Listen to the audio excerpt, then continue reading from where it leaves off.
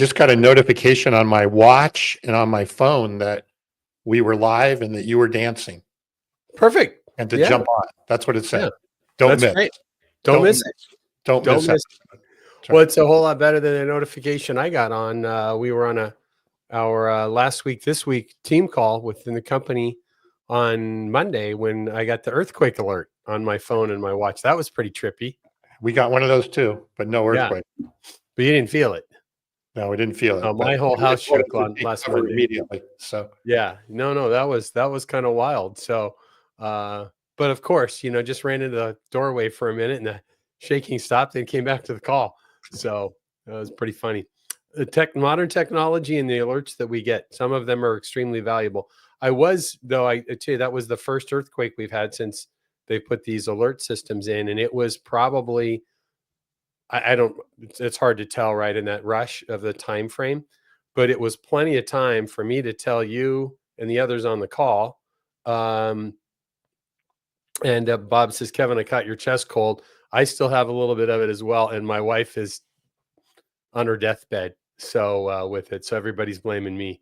But I'm on the mend. But anyways, long and the short of that is, it was plenty of time to get down the hall and yell to my wife and get in the doorway. So I think it was about 20 seconds from the time you said it till you said, I feel shaking. Right. Oh, that sounds like a long time. Okay. Interesting. Yeah, 15 seconds, 20 seconds. Okay. And it was probably another 45 seconds before we got the alert here. Interesting. Even though there was no. And we're 120, 130 miles apart, roughly.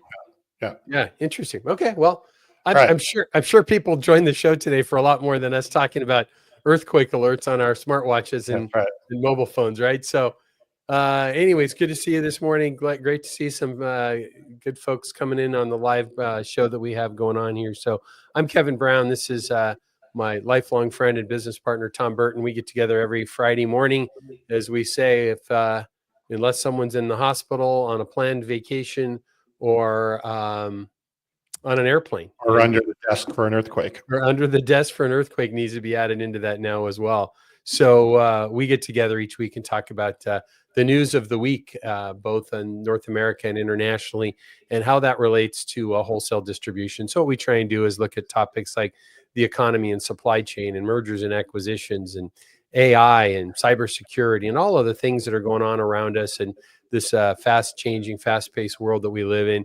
But instead of just having news articles, we try and break those down and discuss what and how we can apply those into the world of manufacturing and wholesale distribution, the world that Tom and I work within, and the technology company that we work for, Lead Smart Technologies. So how we get that information out, though, is we publish a newsletter every week. Again, it goes out first thing Friday mornings. It's called Around the Horn in Wholesale Distribution and Manufacturing. We'd love you to have that, because that's what we'll be referring today for a lot of our discussion. And if you're listening on the recorded podcast, you're not able to see that. So if you'd like to get that newsletter, 3 simple ways to get in touch with us. Simplest way is, if you're active on LinkedIn, is just search Around the Horn in Wholesale Distribution and Manufacturing newsletter. That'll pop up. You can subscribe there. There's a page on the on LinkedIn for the show that we're on today as well. You could subscribe to that. And then you could also send us an email to hello@leadsmarttech.com, and we'll get you the newsletter out. And then finally, we have a website for this show, which is www.aroundthehornpod.com.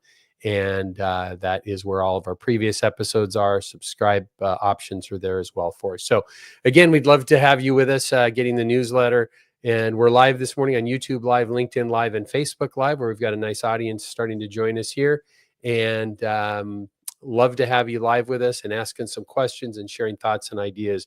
So we do this again each week. And closing on that, we couldn't do it without the sponsorship and support of the company that Tom and I work for, which is Lead Smart Technologies. We've developed a AI-enabled customer intelligence and CRM platform solely for wholesale distributors and manufacturers. We call that product the Channel Cloud.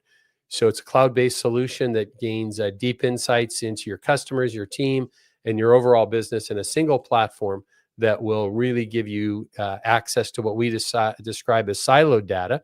Wholesale distributors and manufacturers both have treasure troves of data in ERP systems, marketing automation systems, e-commerce systems, many other software tools across their organization, but they don't do you any good when they're in the silo. So we bring those together, and we use the term corral those into from siloed data into actionable insights that can help you accelerate growth in your company. We use AI tools to empower growth, seeing even risks within your organization. We do this quickly and easily to get folks up and running fast with great return on investment. So if your company's looking to digitally transform, use existing data to understand customer behavior better and grow your organization, we would love to talk with you. So excited to know as well today, though, that it's not just Tom and I. In a little bit, we're going to be joined. In fact, you know what's funny? I just got a note. Yeah, he says I'm going to send him a message now. I'm just saying, doing it go ahead. right now. Just keep talking. No. Very good. So, oh, you already did it. Good. So we are excited to have our friend Alex Chausovsky coming with us. Alex is with the Bundy Group. He's a analytics person, economist, a all of the above guy with numbers and the economy and supply chain. Speaks and lectures hundreds of times a year around North America mostly. And we're going to talk a little bit with Alex today about what's going on in the world around us. So, Tom, that's great that he's able to come in. We weren't planning to have him till about 9:30 Pacific, but we've got him coming in. So as soon as he comes in, we'll get rolling. Tom, why don't we, though, jump to an article or two while he's coming in, and we'll just jump right in with him on everything else. Let's kind of move past our economy and supply chain segment. And we have in the newsletter that we do each week, we have multiple different sections. So we start each week with the economy and supply chain. We're going to hold on that till Alex comes and joins us. And the next segment of our right here. He's coming in. All right. Well, there we go. There he is. Gentlemen, hello. Good morning, sir. Good to see you. It's great to see you as well. We just was like, I was mid sentence of describing that you'll be with us soon, and then saw your email. So fantastic to have you earlier. Thanks for joining us right away. My pleasure, Kevin. Great. Yeah, I'm going to rewind. Yeah. Okay.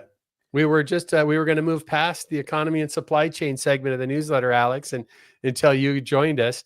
But we hit pause, and now we've got you with us, which is exciting. So before we dive in, Alex, would you do me a favor and maybe introduce yourself and the Bundy Group and what you do and what the organization does, and we'll kind of kick off from there.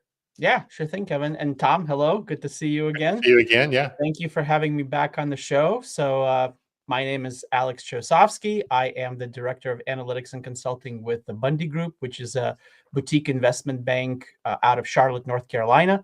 We mainly advise clients that are sellers or are trying to raise capital. We also do some buy-side advisory when people are trying to acquire companies, and really to provide advice and guidance in an M&A market that is very complex these days, as you can imagine. Trying to predict forward earnings for businesses in this environment is no easy task, but we help people work through all of that.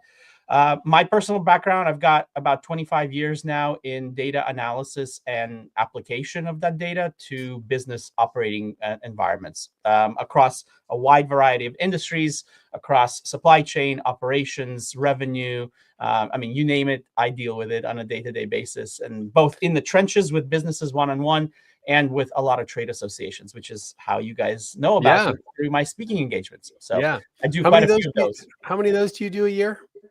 It depends on the year. Obviously, COVID, fewer. Now more. I've had 7 keynotes in the last 7 days. That's a pace that I hope not to sustain. Wait. Say that again. 7 keynotes in the last 7 days. And so it's been extraordinarily busy, as you can imagine. I can't even imagine. Figure out. Yeah. So I'm on pace for about 100 this year. Hopefully my wife won't divorce me if I hit that number, but we'll see. What percentage of those are remote? Almost none. I mean, most of it is in person. So the vast majority, in fact, I would say. Wow. I mean, I do a few webinars here and there, but the vast majority is at trade association meetings or boardroom environments, where I'm working through an individual company's performance and the markets that they're in. But I'd say probably 95% are in person. My word. Yeah.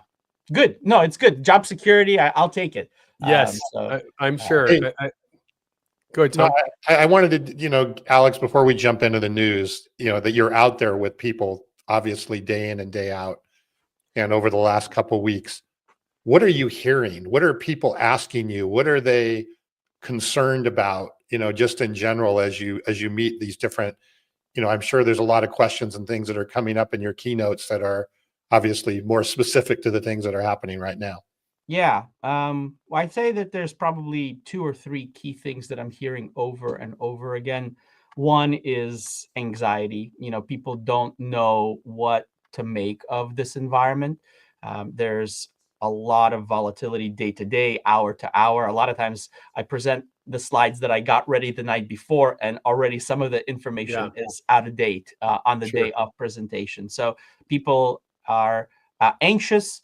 Some of them are scared and kind of projecting the worst. Others are determined and they say, we've been in difficult situations before. We know we're able to adapt and adjust and get on with our business. I would say exasperated increasingly, just like, why are we, shooting ourselves in the foot? Because if you look at the hard data, both on the consumer side of the economy and the industrial side of the economy. So I use benchmarks like retail sales as a proxy for consumer, industrial production as a proxy for B2B. The data there all the way through March looks solid. I mean, there's no evidence that we're imminently tipping over into recession. In fact, there's evidence that people brought forward some buying, both in their individual lives and as businesses, to try to get in front of the tariffs. But certainly when you look at data as a gauge of future activity, there's nothing to say that we're destined for a recession this year. At the same time, you've got these optimism and sentiment indices that are completely falling off a cliff, right? So the difference between what we feel and think versus how we actually behave, probably the biggest delta that I've seen, including during the pandemic, because at that point, businesses were pessimistic and not doing anything. Now they're pessimistic, but they're still doing things, try to kind of figure it out and get ahead of the curve. So those are the top 2 things. And then the realization that we're, in a new paradigm in terms of geopolitics, in terms of the landscape of trade and business in general. It's being rewritten right now. That realization and the need for simulation of various outcomes to make sure that you've got prepared plans ready to go no matter what the outcome is kind of the third thing that I hear a lot of people talking about. It's, the amount of mind space and corporate attention that's being paid to geopolitics these days is through the roof relative to even, we saw a big spike when Russia invaded Ukraine back in 2022, but then it fell off substantially in 23, 24, and now it's kind of risen to the top. There's a great metric that tracks the number of times geopolitics is mentioned in quarterly calls. This is for public companies, and it is absolutely remarkable, the percentage growth and how important businesses are positioning those developments to be. And it's hampering their ability to even provide future guidance in many cases. I mean, we've seen this with earnings calls just in the last few days across a spectrum of industries. So those are the top 3 themes I would say hearing about. So Tom, I'm going to try and pull this in a little bit for us. So in my thinking, right, Tom, we can kind of distill something. No, I didn't say that at all. Okay, I was going to say, whoa, we're getting out of your lane. That's your job. Yeah. That's why I keep you around. Yeah. Alex, I call Tom the great distiller. He's where were the 18th? I've complimented you already once this month. I try and only compliment him once a month, but Tom does a really nice job of taking kind of complex discussions and breaking them down nicely. So that's why he called me out on me distilling something. But Tom, is your man cave called Tom's Distillery by chance? I mean, yeah, it is. It is. It has multiple aspects to it. Yes, that's right. I might get him that sign for above his office. There you go. Very good. But I want to kind of get us on a track here, because I think we could just chat forever. But things on my mind right now is that we should be talking about today, Alex, with you and your research and what you're hearing. And I mean, 17 keynotes in 7 days is your 17 is 7 in 7 days. I'm sorry. That's what 7 days. Yes. Because the 17, that's why I was so astounded. Is like, how could you possibly do that? And, but I want to, because you're so close to this, I want to kind of break this down, and either one of you just add to this. But in my mind, we should address tariffs, inflation, recession, and geopolitics. 4 things that have already come up of what we've been. Those are tiny subjects. Yeah. But That's, The but if we lasagna of economics. yeah. yes, but if we kind of break them down a little bit, then we can, and they'll weave it together, I think. But I think we should try and kind of look at each one of those. I don't know if I have them in the right order, but I think I do. Sure. And I think that will be helpful to us. But before we do that, Alex, one question I had for you, and I was thinking about this. In fact, I was messaging with you the other day that I had met in Nashville a couple weeks ago. Your good friend Taylor St. Germain, and from ITR Economics. So we were talking about you, and I was kind of listening to him and his presentation, and then I'm hearing you. Is when I listen to you talk, I just think economist, because of when we have had economists on, they talk about the same things you talk about, but you don't use that term necessarily to describe yourself. I don't. You're right. Is Yeah, there a I mean, reasoning behind that? And I'm not trying to put you on the spot. It just, no, by all means. Yeah, there is. So the simple answer is my degree is not in economics. I have an international business degree with a MBA that's focused on quantitative statistical analysis. So that's the easy answer. The more complex and nuanced answer is that I find that the economics in general, the study of economics, the way that a lot of economists talk about what's going on is theoretical in nature. It's if this is happening, then this should happen. correct. My focus is much more on pragmatism. What You know, is? what is actually happening? Let's Right, talk great. about those things, because a lot of times theory does not manifest itself in actual developments on the ground. So I'm much more oriented towards, let's discuss the pragmatic element of it. In fact, I have a slogan. It's all over my LinkedIn profile. It's information applied correctly is power. And it's that application of economic data that I really am passionate about, not just the theoretical part of it. Well, I think you nailed it, right? I think theory, using theory to predict actually what's going to manifest, I think is stupid. I mean, it's not an effective way to do things in this day and age anymore. And we've seen that over and over and over. Right. I mean, Right. how many, even back, COVID days with the Federal Reserve, there was a lot of conversation. Oh, we're going to be in a recession. We're going to be in a recession. We're going to be in a recession. And none of it really materialized, at least from the way that they had described it. So I think you're absolutely right on. I'm glad I asked the question because I loved your answer. So yeah, very good. All right, so let's kind of dive in. First, we talked about tariffs a little bit, right? So much the craziness of it all. One of the things, Alex, and I'm just going to kind of kick off the conversation is, and one of your, as you were talking earlier, what really hit my mind is you were talking about statistics and numbers versus what people are feeling and saying, right? That's right. And they're two different things. I think what ties in nicely to that, and it's been going through my mind a lot, is look, we see two pictures of the president of the United States right now, right in front of us on the screen. For those of you that are with us live or watching the recording later, right? You may or may not like that person, right? You may or may not like the rhetoric that goes with that. My caution for people is understand the big picture of what the intentions are rather than news bites and snippets to base your opinions upon, right? So you could look very quickly and say, I'm a cutting tool distributor and most of my cutting tools are coming from China, or I'm a safety equipment distributor and my reflective vests and my safety glasses are coming from China, and there's 145% tariffs, and those are going to last for the long haul because that's what the sky is falling says to me. And so there's my sentiment, as opposed to looking to what is the big picture of what's trying to be accomplished, which I think I can hit most of these, right? Is starting off with fentanyl on the borders, right? Tariffs to level the international playing field for the United States to grow and expand its economy. Third would be tax breaks coming from that. And then onshoring manufacturing, I think, would be the fifth. Either one of you jump in if I'm missing anything with that. But if we start looking at this big picture, I'm not going to suggest for a minute I'm smart enough to think that I know what's going to come out of all of this. But there is a big picture view, and the tariff issue is a component of the goal for the big picture. And what you've seen from this president and administration so far and his prior business dealings before becoming president is everything is about getting people to the table to negotiate. So that kind of paints a picture.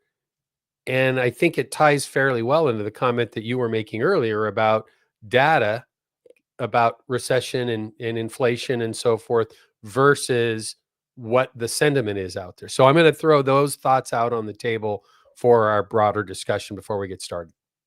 Yeah, lots and lots to unpack there, Kevin. I tend to be very objective in my assessment of the administration's policies. So I really work hard to keep my personal biases and political leanings out of the conversation.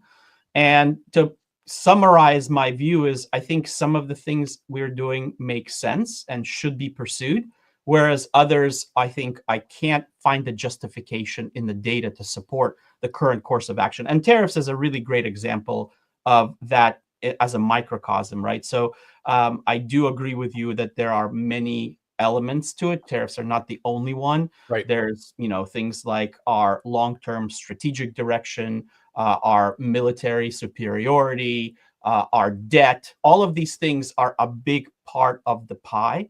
But looking at tariffs, and I'll use a couple of examples to drive this point home, right? So if we talk about the tariff approach that we've implemented on Canada and Mexico, I think you have to recognize that based on the logic and the rhetoric of the administration, if we say the main issues we're trying to address there are the border, meaning immigration, and fentanyl, Canada and Mexico are not the same when it comes to those things. And yet we are treating them largely the same. Right. And so the question that I have in my mind is, why are we taking that approach? Why are we not taking a more nuanced, more reflective approach of the reality on the ground? When you talk about China, I think that there is absolutely justification for saying, look, not only are we recognizing for probably the first time in many administrations that we are the gorilla in the room and we have weight and heft to throw around as an economic power to achieve wins and get concessions from our trading partners, but it's also recognizing the fact that the Chinese government has made a very deliberate strategic pivot since COVID. They have gotten away from trying to create an economy that is more like Western democratic economies like the one we have here in the US, which is consumption driven, and realize that the mentality of the average Chinese person is not driven towards consumption, is driven towards savings. And therefore, they have made the decision and have taken strategic action to say, we're going all in on being the production center of the world. We're going to increase our manufacturing capacity. We're going to produce product and oftentimes sell it into foreign markets below cost to win share and drive out domestic competition, and then able to increase prices after that. So it's a very strategic, deliberate thing that they're doing. And we cannot just idly sit by and let them continue to do that, because there are significant ramifications of that down the road. We see it in military and defense spending. We see it in the ability to project soft power and influence partners all around the world. And so I think it's all about recognizing that we can't just take a blanket approach with tariffs and say, trade deficits are bad across the board. I mean, you look at the deficit side, China's our biggest deficit. Mexico is second.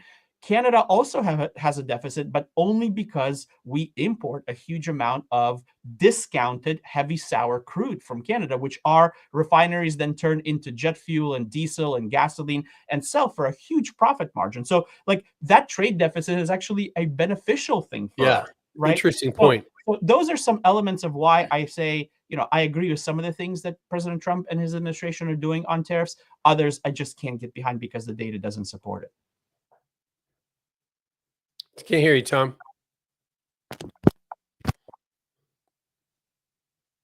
No sound. Alex, for a guy that makes the kind of money that Tom makes, I'm just going to buy him. He should have a microphone. I'm just going to get him one this weekend. How's that? Is that better? We can hear you. Technology is hard, Kevin. Give him a break. Technology is hard. Yeah, except the challenge, Alex, is my livelihood and my future related to technology that our company makes is in his hands. Right. Yeah. So the data tells you to look elsewhere, I think. The data doesn't. The data just tells me to spend $150 and solve the problem. Yeah. Alex, would you think part of what's happening here with the tariffs, because I agree with you, right? If you look at them from a holistic perspective, kind of this one size fits all seems a little bit ridiculous. But do you think it's being done as a kind of an initial shock and awe to get everybody's attention? And now, and you see, and this kind of ties back to this first couple articles, right, that we have here. Now there's a lot of quote unquote negotiations occurring that are in fact very tailored to that country and that specific thing. So we kind of shotgun first, but now we're going into much more of a sniper, and I guess that's the first part of the question. The second part of the question is, do we really believe that tariffs are going to be a long-term part of the strategy to achieve some of the objectives that Kevin mentioned, and Albert mentioned another one here, Yeah, interest thanks for rate commenting on reduction that, Tom. Bringing up being Albert's another objective. Do you believe that those will continue to be a key part of the strategy, or was this more of a leverage strategy to then start having individual discussions with these different countries going forward? That makes my question make sense? Yeah, I think so. So I'll start by talking about kind of the transactional nature of what's happening right now. I think that being the businessman that he is, President Trump is used to operating on a very transactional, short-term basis. And I believe the behavior that we're seeing unfold is very indicative of that, right? So if you were focused on immediate transactional outcomes, then yeah, shock and awe at the beginning and then negotiating afterwards is potentially a viable approach to that. If you're more focused on long-term strategic changes, then I think the outset would have looked different. You would have said, we need to have serious discussions here. Otherwise, we're going to implement punitive measures, right? So it's the idea of shoot first, ask questions later, or ask questions first, then shoot, depending on the outcome of what you find out. Yeah, and I tie that all the time, Alex, into the, previous and it's my comment here is not tied to any political party. It's just past administrations have spent their time jetting around the world to fancy locations with gold-leafed conference tables to spend months and months and months, if not years, talking about topics that what this administration is saying is, we don't have that time, right? We need to go get some action. And, I almost sometimes wonder if the rhetoric that goes along with this and some of the bombastic things that are said, and if that was more tempered and it was presented in a different way, if there would be more support behind some of these things. Yeah, I mean, you take this 90-day pause that we've now implemented, right? I mean, we could have said, if we don't get new deals from all of you that are better for the United States in the next 90 days, this is what's going to happen, rather than first implement, then walk it back, then create all this disruptions and people don't know what's going on, right? So like from a business decision-making perspective, this is not helpful in terms of planning and things like that, right? Absolutely. I agree with you. Yeah. I mean, I think it's naive, Alex. I'm sorry to interrupt you. I think it's naive to think that there wasn't already the plan in place for the 90-day pause before the.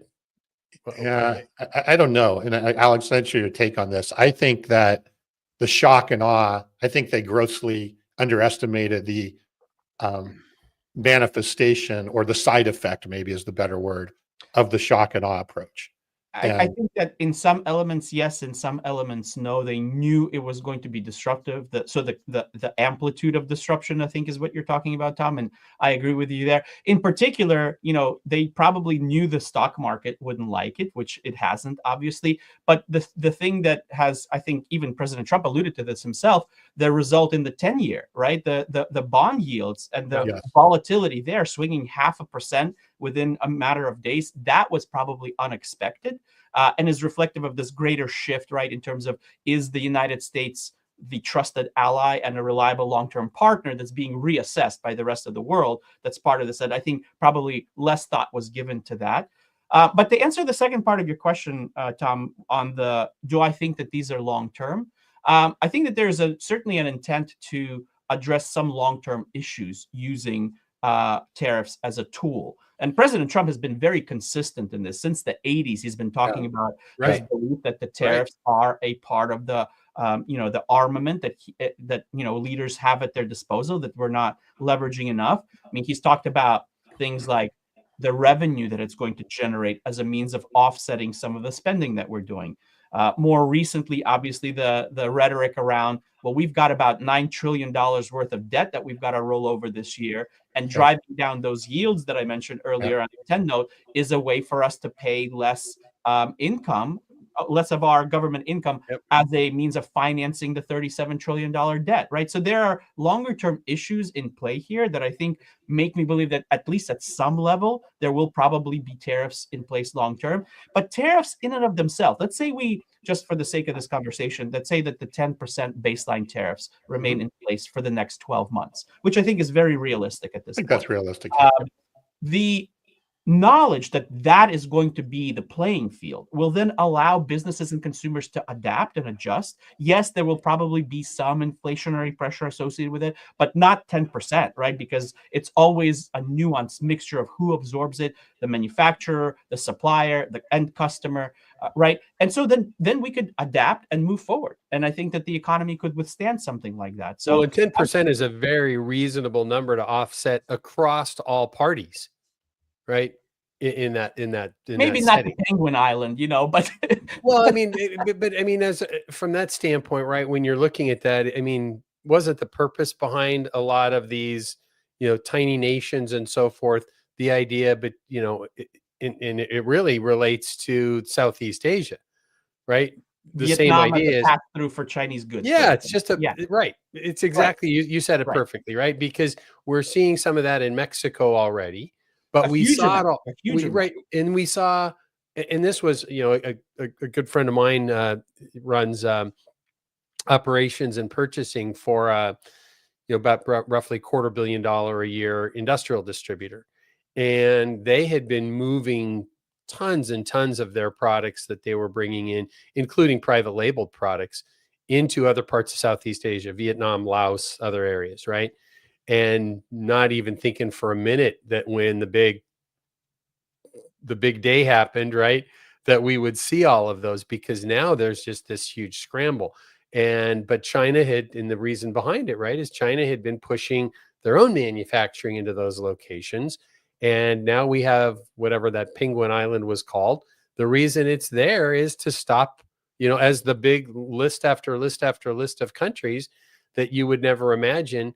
And I'll finish the statement, and it just brings another big trigger that, for me, to my mind about where we get our news, right, is looking deeper beyond the news snippet that says, what's the reason that Marshall Islands or the Truk Islands of Micronesia are on this list? They're on the list because they don't want the Chinese pass through that could happen so fast with that. So thinking through it is the issue for me, that I see these rampant comments from normally smart people that are just watching whether, I don't care where you get your news from. If you're only getting your news in snippets and not looking at the big picture, you are missing a lot. Yeah, no, I couldn't agree more. Eliminating the loopholes that you're talking about is obviously the goal here. Yeah. I do think that, some of the places that were listed there's no shipping infrastructure at all, yes, right? So correct. like, come on. Yeah. But your point is valid, and I fully can get behind this idea. I've worked with many, many companies where it was open knowledge that the products that we're importing from Vietnam are just restamped Chinese goods that are being stored in warehouses. There's no value add that's actually happening, and they're just doing it to skirt tariffs. So yes, I think the big picture view, the understanding of the tendencies that drive the decision making is critical. But I'm increasingly becoming convinced that critical thinking is at a huge shortage in our society. It is very much a huge shortage in our society. Yeah, and it's why people come here on Friday mornings. Yeah. I'm not sure they're going to get here, but so yeah.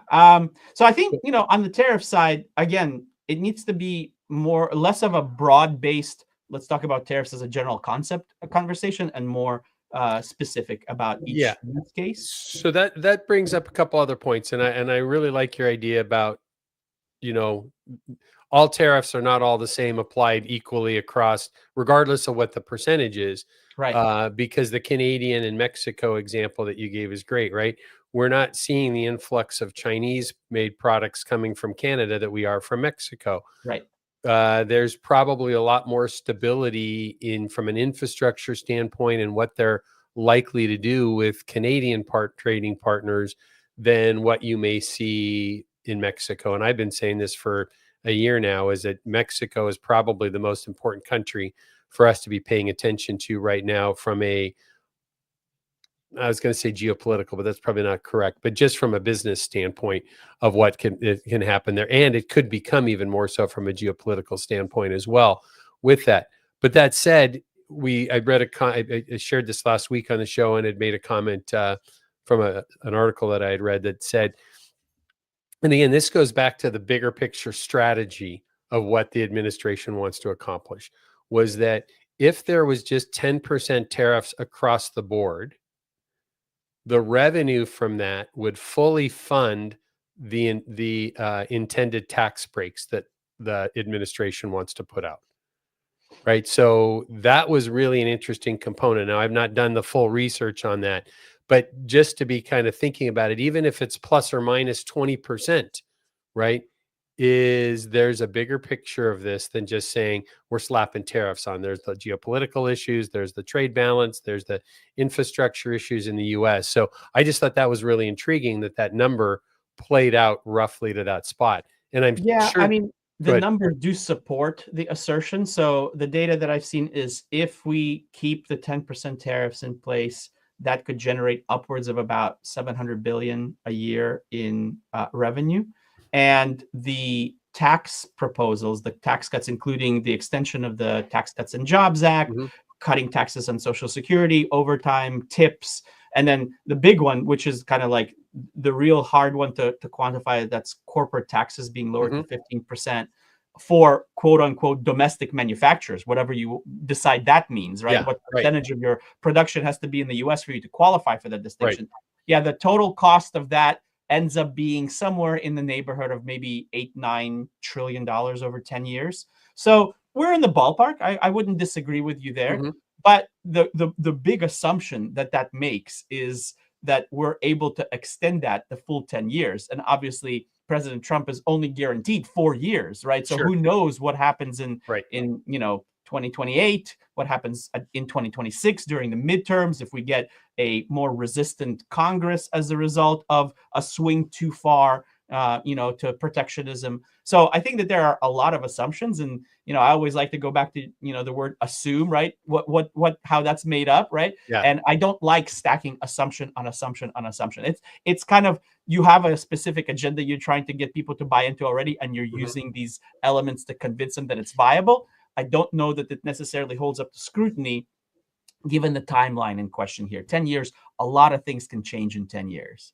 A lot of things will change in 10 years. Absolutely. But if we see some of the tax reductions, be interesting to see what happens with interest rates, and we see that these are working, I think it becomes very difficult for the next administration to make massive sweeping changes to it if the sentiment is strong that these things have accomplished something, right? Yeah. If we see that factories are being built, if we see that interest rates are balanced, I don't think we're going to see interest rates anywhere close to what they were a few years ago. But if we all of a sudden see that, there's some significant both corporate and personal tax reductions, those things are playing out, and a lot can happen in that 36-month plus range, right? I think it would be very hard, regardless of what party comes in, to make sweeping changes to that if it's working.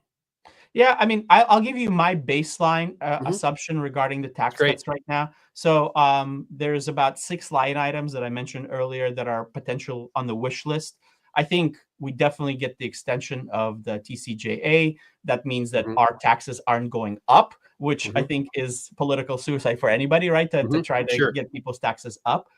Beyond that, the probability of those things actually being ratified and codified into law, in my view, becomes less and less. So, if you're looking for one that is potentially viable, I'd say, ending taxes on Social Security, because that really addresses the base that President Trump cares a lot about, which is the older voter that is drawing Social Security. But things like tips and overtime. And I think the corporate tax is probably a non-starter as well, because it's open to litigation, meaning how do you define domestic manufacturing? How do companies go through the process of qualifying for that title, right? So I think that we get some of them, specifically the existing tax cuts get signed into permanence, and then maybe one or two other things without getting the full wish list of items. Well, and they only have about 18 months to get that done, right? Because Right. midterms come around, and I wasn't aware of this. I just heard this a while back, but the percentage of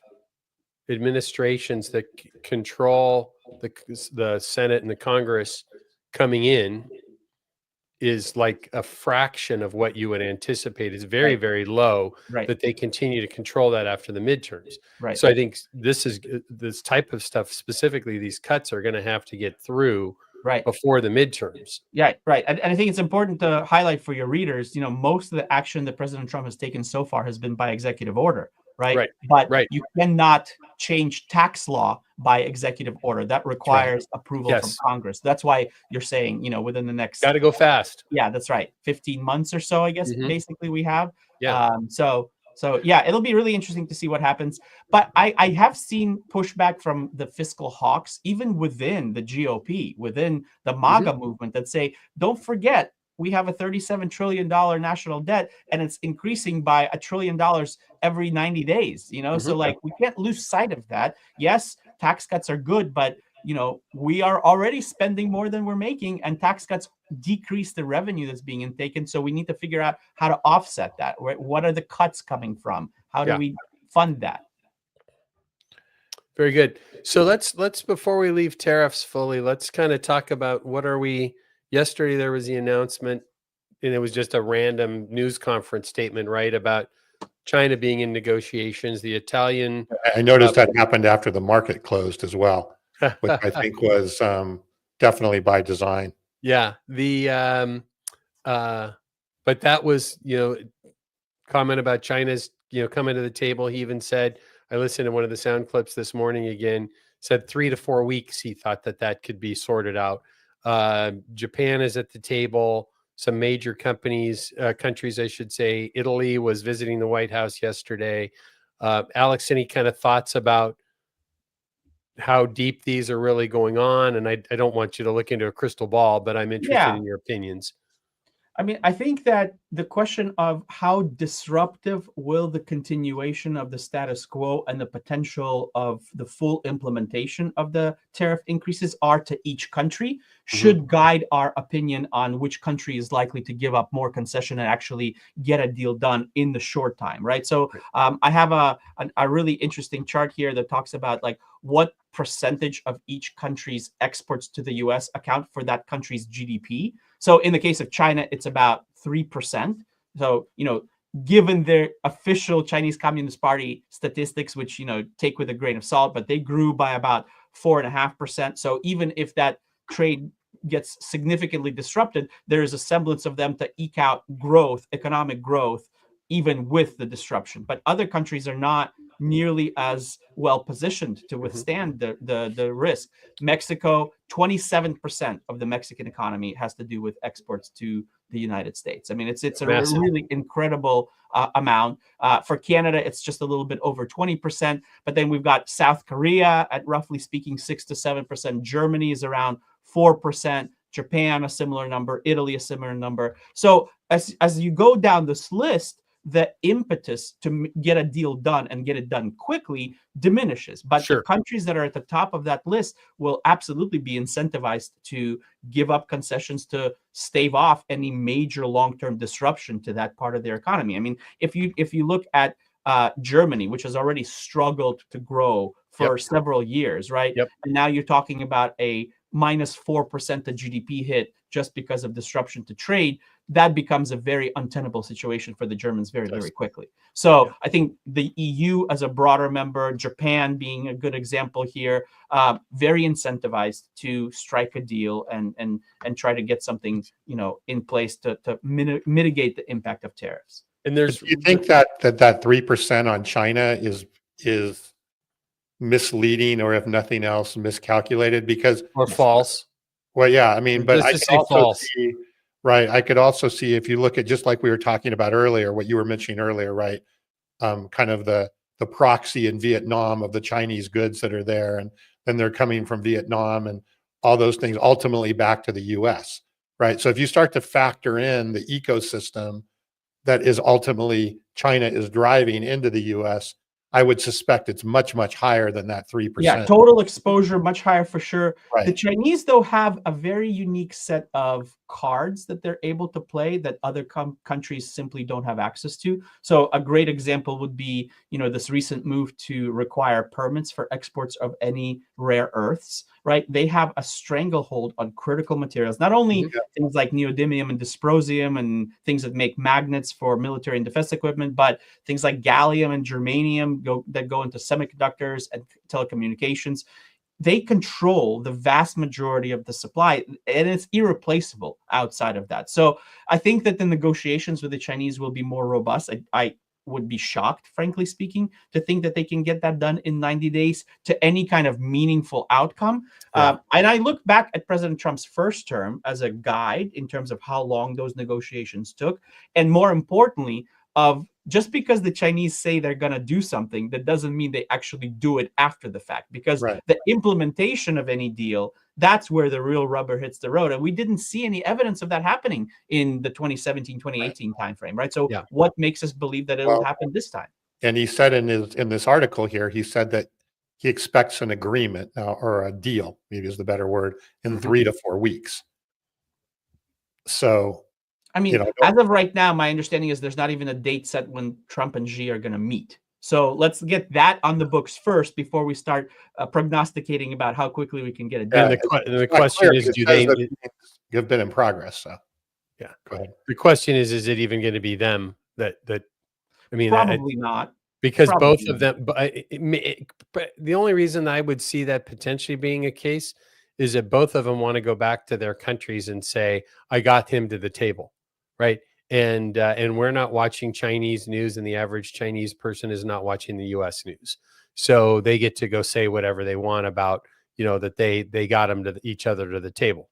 Right. I do think that in Chinese society, and this is permeating the average person all the way through the top ranks of government, the belief is that they are much better positioned and more insulated to withstand the major disruption today than they were 8 to 10 years ago, right? And so they've been selling off treasuries over the period of the last 5 years. They've been decoupling purposefully from the US economy because they knew this was going to happen at some point. And so, it's going to be very, very difficult for me to envision China giving, meaningful, large-scale concessions unless we're prepared to do the same. And I'm not sure that President Trump is going to be willing to do that. Yeah, that one will be an interesting thing. And the other part of that, component of it compared to the other countries that you had mentioned, Alex, as well with this is that, you're not going to see South Korea or Germany or some of these other countries, putting a government backing behind some of the companies that are going to get hit by this, as well as manipulating their currency. Right.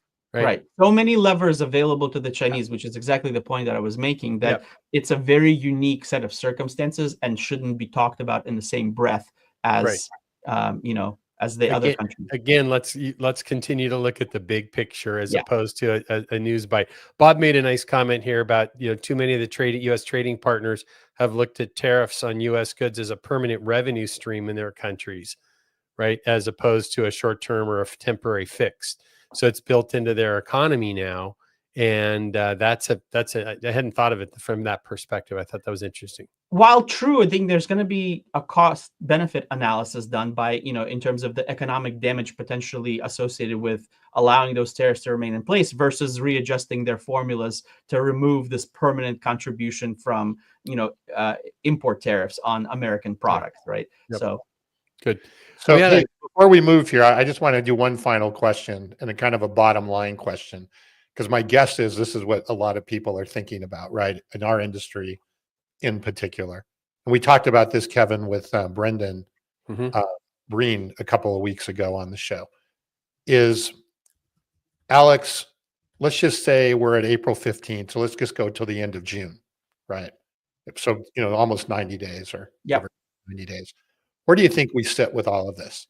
Is the noise and confusion and uncertainty still here? Do we have more clarity and more certainty, even though we may not like all the things that we find out? Where do we sit in by the end of the quarter? I'll tell you what I've been saying from the stage in many of my keynotes, which is if you look back at the early phase of this tariff rollout, my position was if we can contain it to Q2, if it doesn't bleed over, the uncertainty, the ambiguity doesn't bleed over into the second half of the year, I think we have a probable rebound that happens, and we're able to mitigate some of the downside pressure, and therefore no reason to think that we are going to go into a substantive recession. No harm, no foul. Yeah.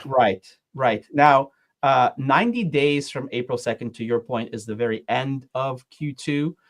Now, we're also talking about potentially implementing tariffs on semiconductors, on pharmaceuticals, on copper, on lumber. Those are still theoretical, right? There's just concepts of ideas. We don't even know what that looks like. So sometime around the first week after this reciprocal tariff announcement was made, I became more convinced that this does bleed over into the second half of the year, and that it's going to be increasingly difficult to see positive growth this year based on not only the impact of the tariffs, right? There's other elements. There's the government spending cuts that are being implemented. Government spending is 17% of the economy. So that's accretive to the negative impact of tariffs. We do have this thing that I mentioned earlier in business optimism and consumer confidence. Eventually, that will translate into less behavior. So not only the increased inflationary pressure, but the demand destruction that happens as those prices elevate. It's very difficult for me to now make the math work to say we don't see at least a mild contraction in the macroeconomic environment by the end of this year. So I still am hopeful that we get clarity, but being the pragmatist that I am, I think that it's very unlikely at this point that we have full transparency and clarity of how the playing field looks like moving forward by the time we're getting into the early part of Q3. I guess part two to my question is, do you think we'll have that by the end of the year? I think that there's, as with all things, there's not a black and white answer, but I think the probability of that is higher. Okay. I think the more we see the negative economic consequences, Besant, Lutnick, a lot of the people involved in the negotiations are still adamant that we do not get a huge spike in inflation. We do not get a recession. If the hard data starts to turn visibly, then there's no way for them to continue to have those positions. And so an adjustment will have to be made. So I think that there is a higher, potentially much higher probability that we have clarity by the end of the year, but not a guarantee. So, if I were to say less than 50% by the end of Q2, I would say maybe upwards of 75% by the end of the year, but I wouldn't give it 100. Yep, fair enough. Well, and I think there's an X factor, right, that you have to take into account, that our president cares a lot about his legacy and how people view him, right? And if you start to see hard data that we're moving in the wrong direction, and then you start to get a reputation associated with you're the president that is creating a recession or worse, I think that is bad as anything to him, right? Because you lose that legacy, you lose that acceptance, or you have the risk of losing that. And I don't know that we always take that into account, again, on some of the decisions that are being made. Yeah, certainly his legacy is in the back of President Trump's mind, but I also think that his legacy, based on what I know of his moves in the past, I think he's going to be willing to endure a little bit of pain in the short term to guarantee a big picture legacy long term. If he's able to do, the promises were, I'm going to bring back manufacturing. How realistic that is based on the amount of skilled labor we have in this country is a totally different conversation. But if we start to continue to see investment in manufacturing facilities being built here, if foreign companies are more committed to bringing in plants into the US, even if those plants are robot operated rather than human operated, he can claim, say, I rebounded manufacturing. Now, that might take 18, 24, 36 months. So I don't think that if we just have a downturn in the economy this year, but if it becomes a prolonged period of malaise, then certainly legacy considerations have to be made. Yeah. So, I wanted to hit one more question, Kevin, before we jump out of here. Is Albert asked about, and you touched on this a second ago, he asked about consumer debt. Are you concerned about consumer debt? Or do you think that, where would we spot any drop in consumer spending? Where's the canary in the coal mine there, I guess, if you want to say Yeah, that. great question, Albert. By the way, hello. I know Albert quite well. So Good. I track consumer debt on an ongoing basis. There's a great report that's released quarterly. It's called the Consumer Credit Panel from the New York Federal Reserve Board. Everyone can access it. There, they track delinquency rates, both 90 and 30-day delinquencies.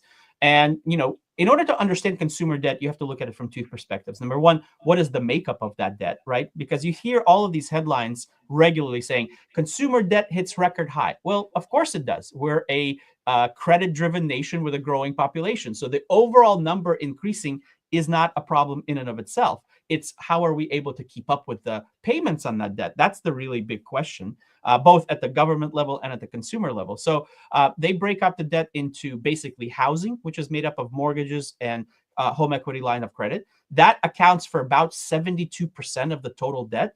And the vast majority of that is locked in below 5%. So it's not going to become a problem as far as I can tell, certainly not in the foreseeable future.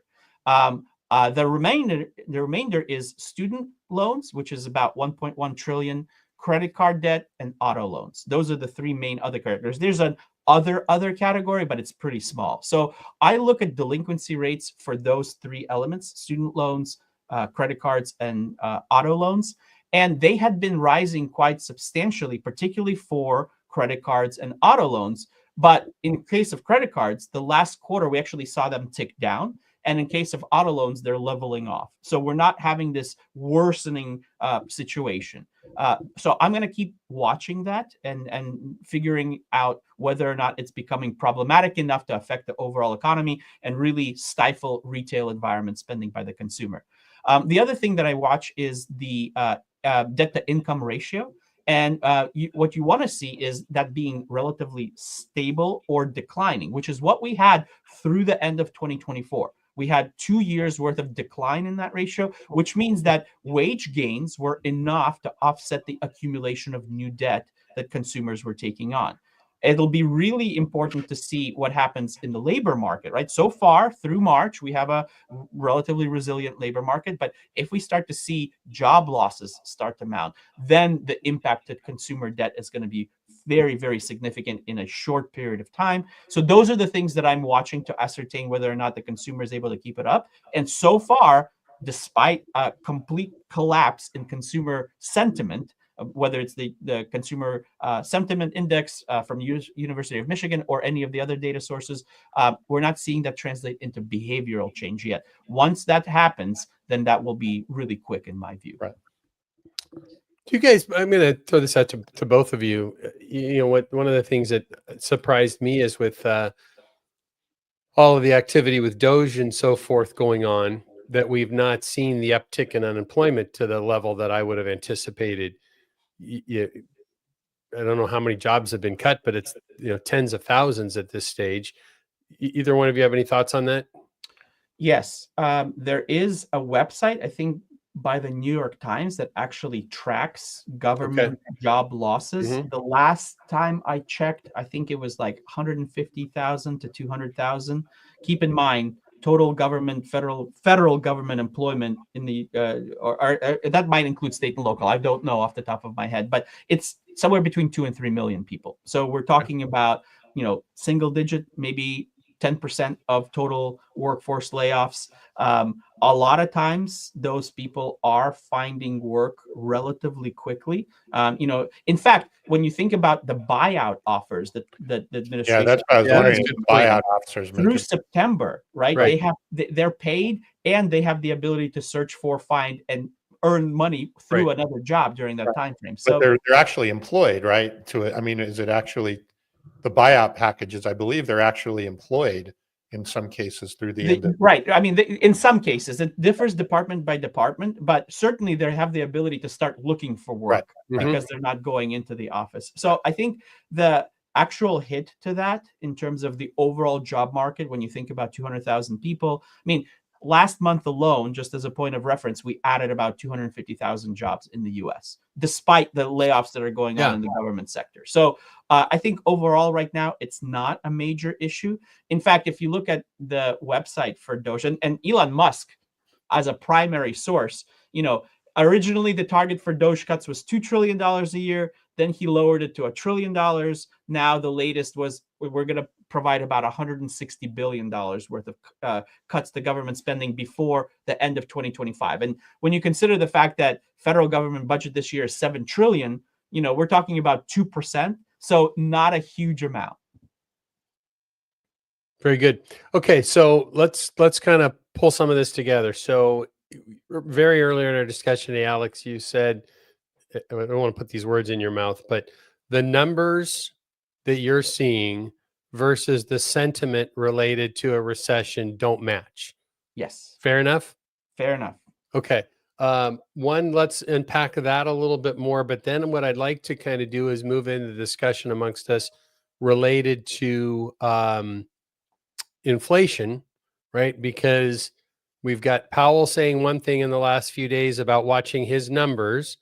We've got a president that is saying, I want interest rates down, because if interest rates are down, it can get more factories open and it can do all of these different things. So let's spend a little bit of time, Tom and Alex, on talking, maybe unpacking the recession a little bit more, risk, what we were really unpack those numbers you were talking about earlier, Alex, if you're okay with that. Yeah. And then two is, and by the way, for those of you listening, is I asked Alex like not even 48 hours ago if he, hey, want to come join us again? Yeah, I'm open Friday. Great. Let's do it. That's one of the beauties of this show is we have some good flexibility and we just want to make it the best we can each week. So thanks again, Alex, for that. So let's talk recession, move past that, and then let's start talking about, well, wait a minute, how can we have the pressure from the administration on lowering interest rates with a Fed that is saying, I'm using these numbers from, 30, 40 years ago, and I'm sticking with those. So is that fair enough, guys? Yeah, I think so. A lot of different elements involved in answering that question. But, in terms of recession, so I mentioned government spending is about 17% of the economy. Business investment, so things like distribution, manufacturing, all of the B2B side of the economy is also 17%. And then we have the big gorilla in the room, which is personal consumption. That's 2/3 of overall GDP, right? So retail sales, advanced retail sales, which is the data that I track as a proxy for the consumption segment of the economy. The latest numbers just came out through March. Year-over-year growth is at 3%. Quarter-over-quarter, which is a short-term trend line that is indicative of future momentum in the annual trend line, is actually up over 4%. So when you look at the business cycle of the retail environment, not only is it not saying capitulation and recession, it's saying there should be acceleration happening over the next 2 quarters. Now, that can turn very, very quickly. We saw that during COVID, right? But that was a physical limitation of people not being able to go out and buy. This time around, I don't think we're facing the same dynamic. And so if there is a decline, it'll happen more gradually than what we saw during Q2 of 2020. But again, right now, I'm not seeing the evidence in that data. It's holding up. The big question in most people's minds that are tracking this right now is this just folks trying to get ahead? And we saw, some reason to believe that because there was a big surge in large ticket item purchases like cars, for example, and appliances, things that would be very susceptible to the tariff environment if it was to persist for a long period of time. But the hard data says no recession in the immediate future. 2 quarters out into the future. We'll see if that sentiment number remains as low as it is right now for the next 3-6 months, then surely the actual data for retail is going to follow suit and turn over. Now, on the business side, business investment is also following a similar trajectory. It had a nice momentum coming into early 2025. The latest numbers from the Federal Reserve Board for Industrial Production was just released on the 15th of the month. Once again, it's the first time the short-term growth rates are up in positive territory, up about 1.5% growth. The year-over-year, very mildly positive at 0.2%, but again, indicative of that upside momentum trend that we saw with the consumption data as well. So when I look at the fundamental drivers of hard data for the U.S. economy, they're not flashing recessionary signals. And the question is of timing, right? How long can this continue? I'm looking towards the April and the May data to be real first indicative signs of, are tariffs detrimentally impacting the buying behavior of both businesses and consumers. I know from a business perspective, many of the folks that I talk to have said consistently, we're seeing projects being delayed. We're not seeing them canceled outright just yet because people are adopting a wait and see mentality, in terms of what happens with the shakeout of all of this tariff stuff. But if they eventually get pushed into late this year, early next year, or canceled altogether, then again, that data can collapse relatively quickly too. Can't hear you, Tom.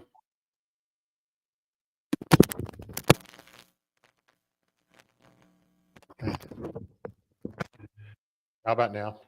Yes. Okay. What kind of projects are you, when they talk about projects being canceled, what kind of projects are those? What are the types of things that are being considered to be delayed or postponed? The large stuff is, building and equipment. Really, those are the two categories where Capital expense. So capital expenses, exactly. And they're delaying them for a couple of reasons. They would love to see interest rates, the cost Right. of capital go down as part of that inflation conversation with the Fed that we're about to turn to. But then also, obviously, increasing warehouse space, the build out of additional production capacity to meet future levels of demand. Those are very, very difficult things to justify in this environment of uncertainty. And that's where we're seeing the biggest cuts occur. We're not seeing it at headcount yet. The layoff numbers are remaining relatively benign. So those are the big expenses that I'm seeing people hold off on, is buying new equipment and machinery, buying new facilities and buildings. And that's where really, if you have that come back, that comes back in a meaningful way, and we have a boost towards the end of the year. If it doesn't, then that's going to be a big hole to fill. Yeah. I think there's a lot of people that maybe have bought a piece of land thinking about a new branch or a new location, if you're a wholesale distributor, that are hitting pause saying, wait a minute, let's see what tariffs are going to do to impact my business. But maybe even more importantly is, let's see if some interest rates adjust down. And now my cost of money and all of this, why not hit pause for the short Right. period And of that time? justifies our conversation from last week about organic growth and that That's right. amazing article that we had in last week's newsletter about the importance of organic growth, right? Those are things that you can work on now without having that risk of the capital expenses. Yeah.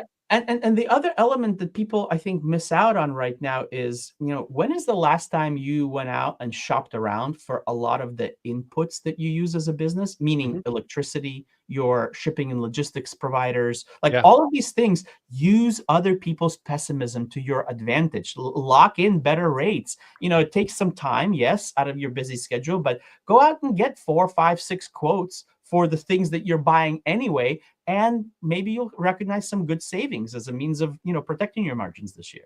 Well, and I think that adds well. We had a guest on a month or so ago, John Gunderson, and John talked about this and using it as a huge leverage point is based upon how you do pricing in your business, right? Because if you're only basing your pricing, which so many people do, on what is my current and incoming price, right? And now I've got to go push out these increases that I'm going to feel from tariffs.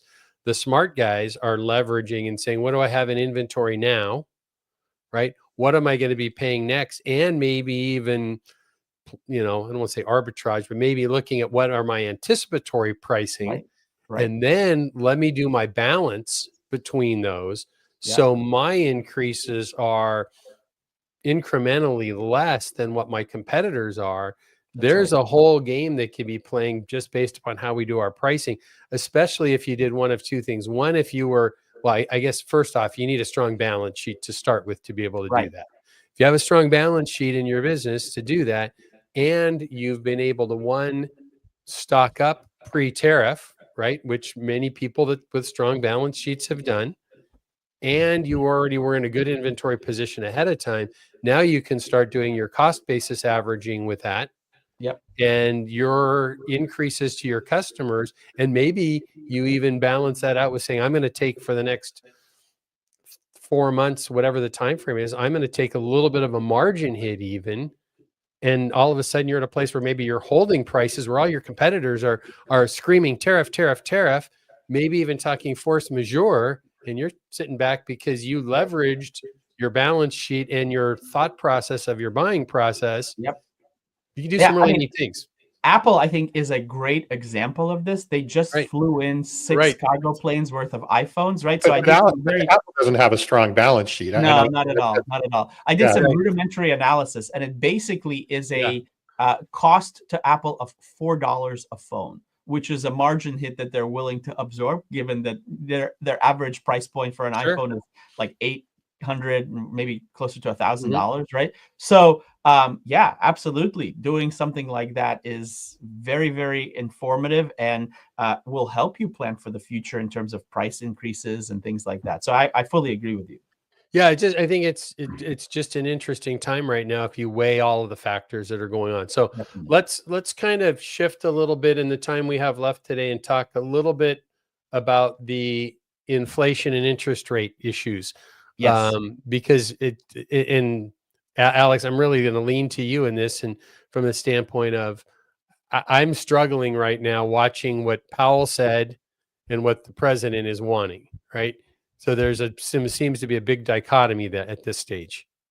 Yeah. Well, I want to add something real quick, Alex, before you answer, and I would love your take on this.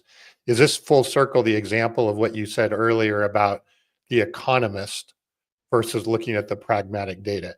Because every time I listen to Powell, I feel like I'm listening to an economist who's looking Absolutely. at theory on things versus looking at the pragmatic data and the situation that exists. So I don't know if this is an example of what you said earlier. No, wait, but before you, Alex, I'm sorry. Before you even go to that, I keep cutting you off. Yeah, we both did. I'm sorry, but even in my frustration in looking at this as well, as I've been saying this for a few years now, is it's not even Powell. It's some crazy New Zealand a government economist who, in passing in a news conference, said 2% is a good number, and the world adopted it. Right. So we've got a talking head kind of in that setting from Powell that's looking at economic factors. So, anyways, Alex, now jump in. I think both people, both Powell and President Trump, are sensitive to being blamed for the outcome. And that's driving a lot of the behavior that we're seeing unfold, right? So in the case of Powell, he knows that the Fed was behind the curve in terms of cutting rates the first time. They got a lot of slack for that. He doesn't want to be seen as jumping the gun and doing too much, because he also knows that the American public hates inflation way more than they hate high interest rates. Inflation is something that stares you in the face every single day at the gas pump, at the grocery store. Interest rates, affect some people when they go to buy a house or a vehicle, but not on a day-to-day basis. And so he does not want to be accused later on of allowing inflation to surge, if he were to lower rates right now. And this is despite the fact that last month, the CPI ticked down to 2.4%. And the core CPI, which is extracting volatile food and energy, was at 2.8%. So it continues to make traction towards that symbol. What I think he's also watching is, wage growth on average in this country is still up 3.8% year over year.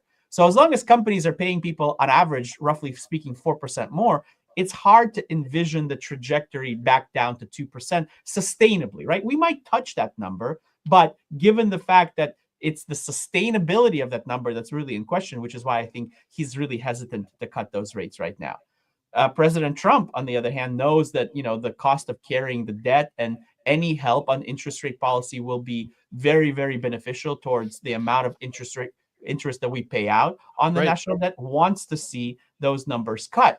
He's also been convinced, I think, to some extent by the people in his inner financial circle that the tariffs are not inflationary. And I think that at the end of the day is the major discrepancy between President Trump's view and Powell's view. He said it as much yesterday. Powell said, we expect the tariffs to be inflationary in nature. So he's mindful of the upside pressure on prices and doesn't want to cut going into that. He wants more data to unfold in terms of the hard numbers. So I find it fascinating to talk about interest rate projections because, in the smart circles that I tend to gravitate towards in terms of paying attention, there is conversation of interest rate hikes potentially on the table by the end of the year, right? So that's such diametrically opposed rhetoric to cutting into potentially rising inflation, right? And again, it goes back to the point that we do not want to see inflation spike again. I've been positioning on my year-end inflation target of somewhere between 3 and 5%. Realistically speaking, I think that that's still my view, given we're sitting here about 9 months out from the end of the year. But the tariff is the big X factor, right? The tariff upside pressure, it could go substantially higher. It could be a non sequitur, right? Non-issue in terms of, we saw that play out basically in 2017, 2018, when the original round of tariffs were introduced, and they were not inflationary in nature. So the devil's in the details, in the way that companies choose to absorb it versus passing it on to consumers versus what the suppliers are willing to endure, right? So I think following either extreme example, whether it's aggressively cut or hike, I'm thinking we end up somewhere in the middle, and probably around the current status quo on the Federal Reserve rate, in terms of, by the end of the year, probably in that 4.25 to 4.75% range, somewhere in that. So not drastically different than where we are right now, meaning that it really doesn't either boost the economy or drag on the economy relative to the status quo. If tariffs really rear their head in higher inflationary pressure, then I do see the Fed holding off on cutting rates, because that, for them, as long as the labor market maintains stability, which is it has been so far, their other mandate is inflation, and that's where they're going to be focused. So it'll be interesting to see if President Trump decides to go ahead and do something about Chairman Powell and try to install someone that will be more agreeable to his views. But at least for now, I think this is the truth. I don't think he has the authority to do that. I don't think he has the authority to fire him. Well, there is a lot of things that are being questioned now, and certainly we have an example of really old policy and acts and things like that are being leveraged in ways that previous administrations have not used before. So I wouldn't put it past President Trump to develop an interesting and at least a legally viable way to do something about it, just because it hasn't been done before. I think Powell was asked during the election cycle, if he would be asked to step down, and he said no. And then went on with some rhetoric about the inability of the president to do so. And I think if you were to ask him in all honesty, and he were to not be in a microphone, he probably figures the president has a way to get him out. Right. And I think the president knows very clearly what that is, and is probably looking for, more options. But Tom, to your point, I think historically that has been the case, but that for me wouldn't. And I don't know what you're thinking about. I don't think that would be a good idea. I think that would create more uncertainty. I think it would create more disruption. I think it would create more divided views.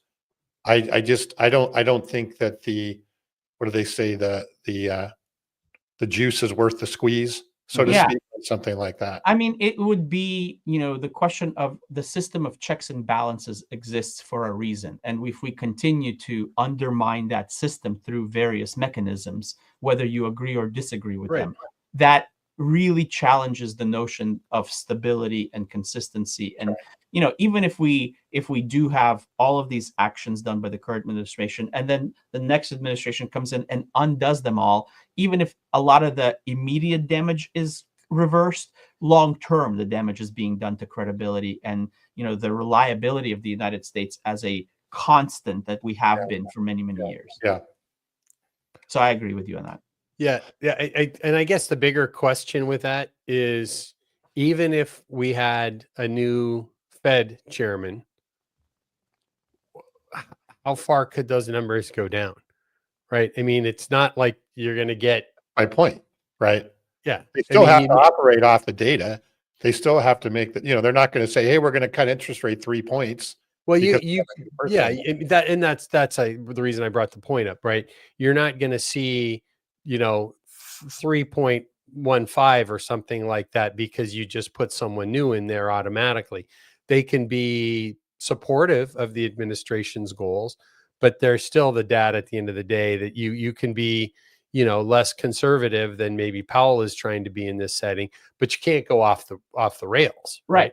So I think the real question at heart here is, the federal funds rate is indicative to certain things. Historically, it kind of guides where mortgages are, or where the 10-year rate is. But what we've seen is that there's somewhat of a decoupling happening between what the market thinks the rate should be and what potentially official policy is, right? With this fluctuation in the 10-year between 4.5 to 4, back to 4.5, right? So like there has been no change in the federal funds rate, and yet we see the actual interest rates that are being used by markets to price money fluctuate quite wildly. So if we do have, let's say, him replaced, and we do get the aggressive cut to 3% on the federal funds rate, which is what the Fed controls, that does not mean that the 10-year rate does the same thing in response, right? And if we have a breakdown in that relationship, then it becomes this anathema of, well, what does this mean? Like we've always had the stability of the connection between those two things.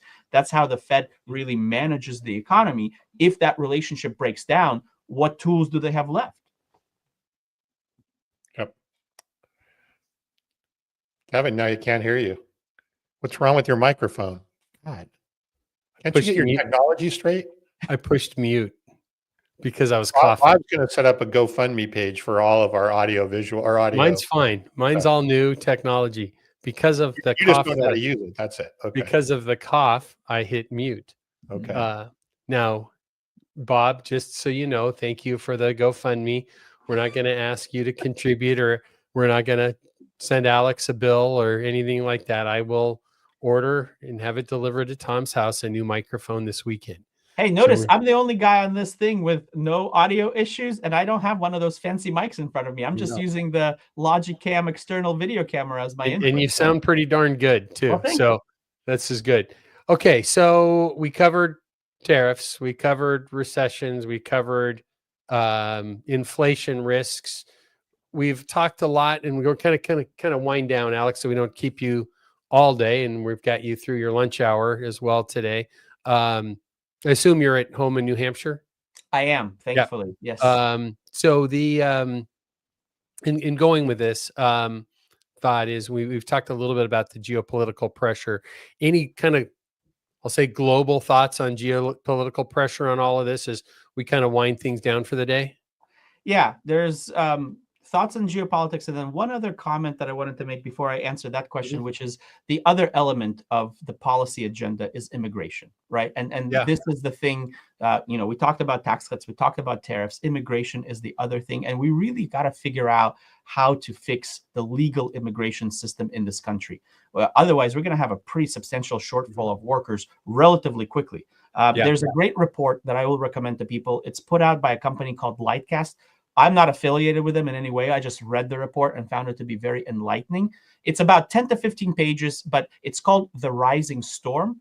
And it talks about how without fixing legal immigration, we're going to be really hurting for workers in this country. The workers that we are producing are geared towards office jobs and social media influencing. What we need, 9 out of the top 10 jobs in this country that are open right now are non-college degree jobs. They're retail environment, they're leisure and hospitality, they're nursing, they're customer service. They're all these construction, agriculture, frontline manufacturing, all of these jobs that nobody wants to do in America. So how do you address that?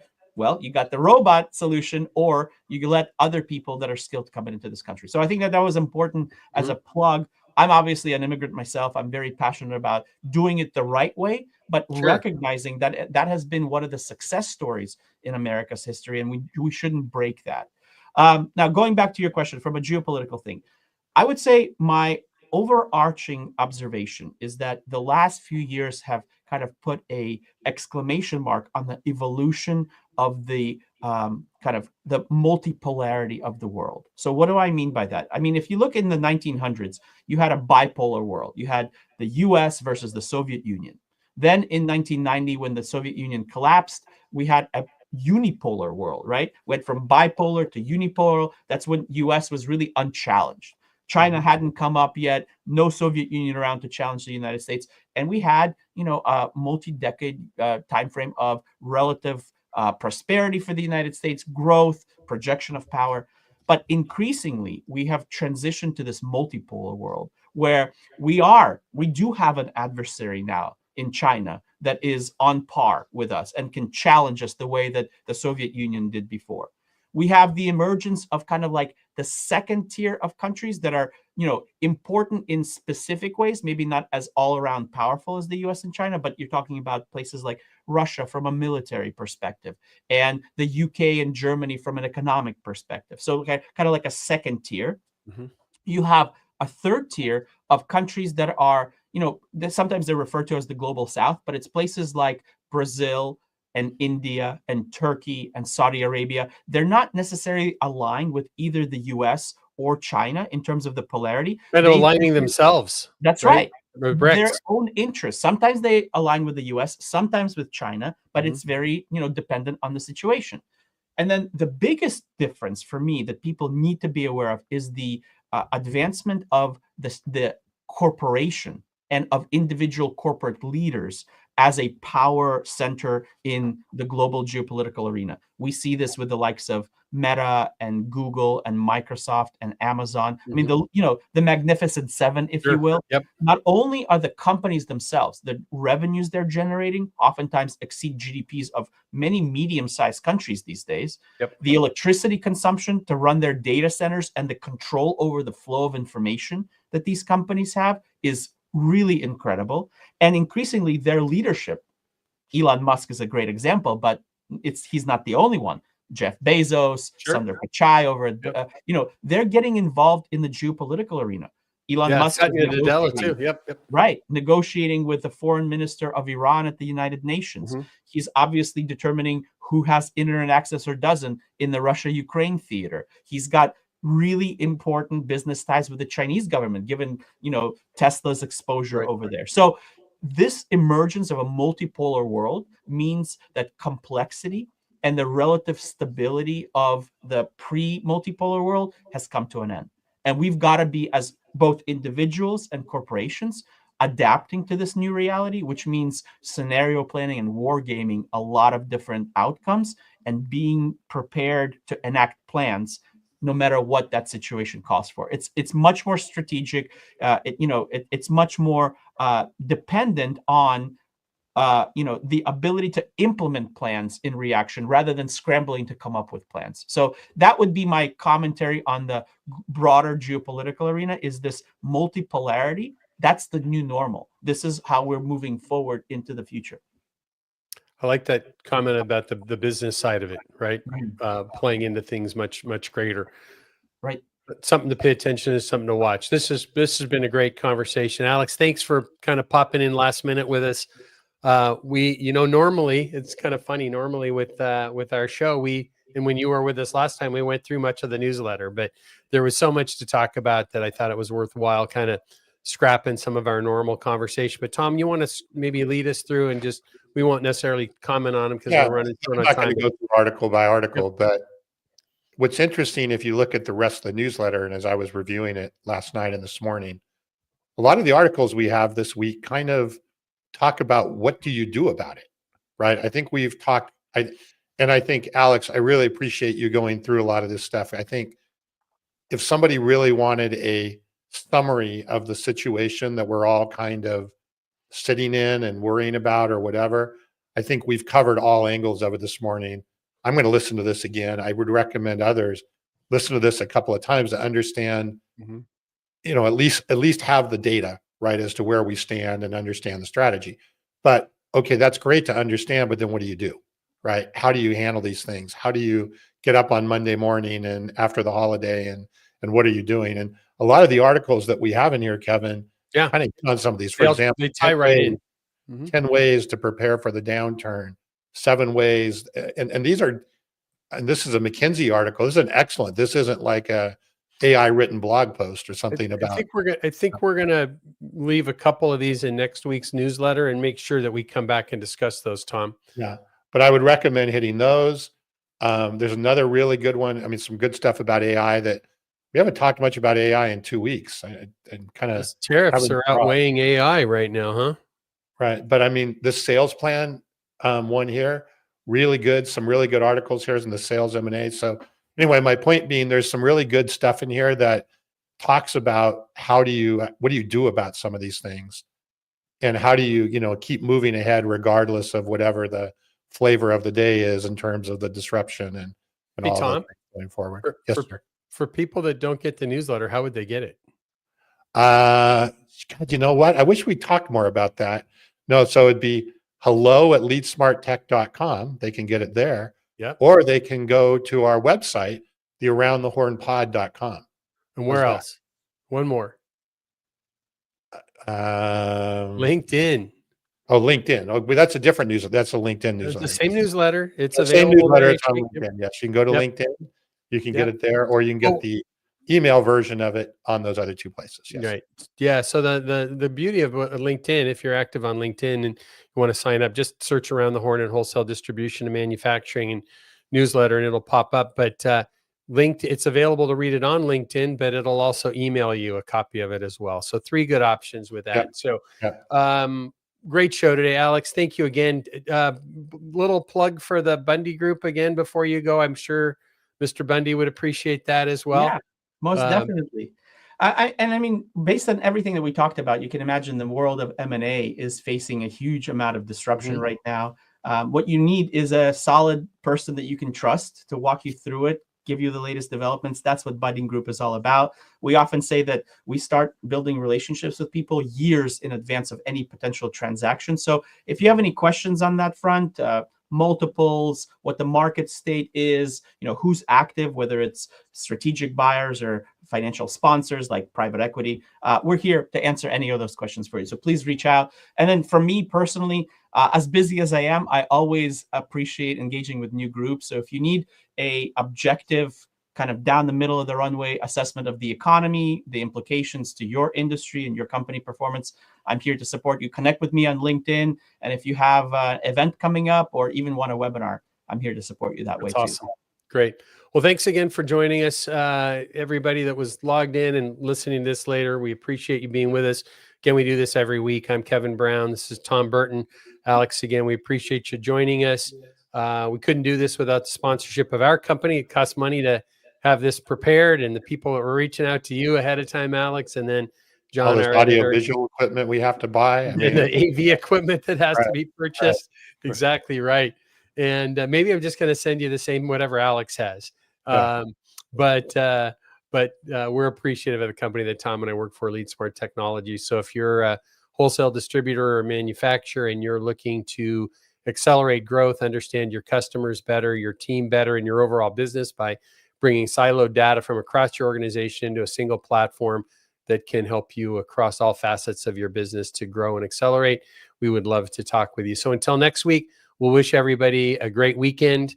Be kind, be safe, and do good things. Thanks, everyone. Take care.